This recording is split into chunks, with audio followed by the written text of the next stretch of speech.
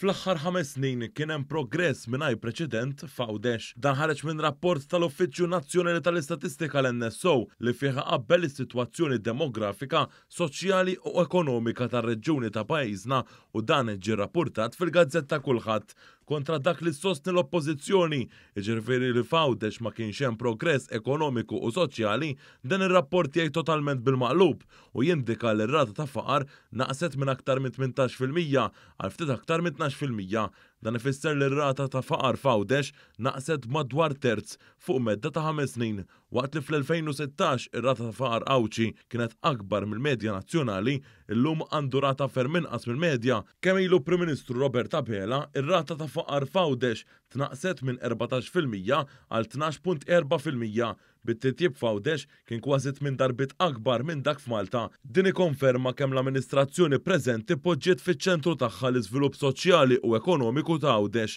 Minn dan ir-rapport ħareġ ukoll li naqsu dawk dipendenti fuq il-benefiċċju soċjali.